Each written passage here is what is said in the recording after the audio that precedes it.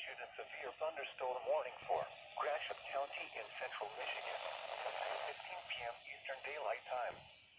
At 1:08 p.m. Eastern Daylight Time, severe thunderstorms were located along a line extending from 7 miles east of Edmore to 8 miles south of Stanton, moving at 45 miles per hour.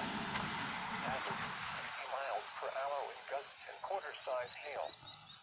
Source, radar indicated. Impact, hail damage to vehicles is expected. Expect wind damage to roofs, siding, and trees.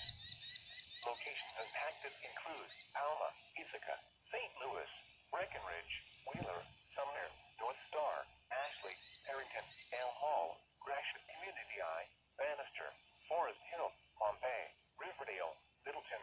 For your protection, move to an interior room on the lowest floor of a building.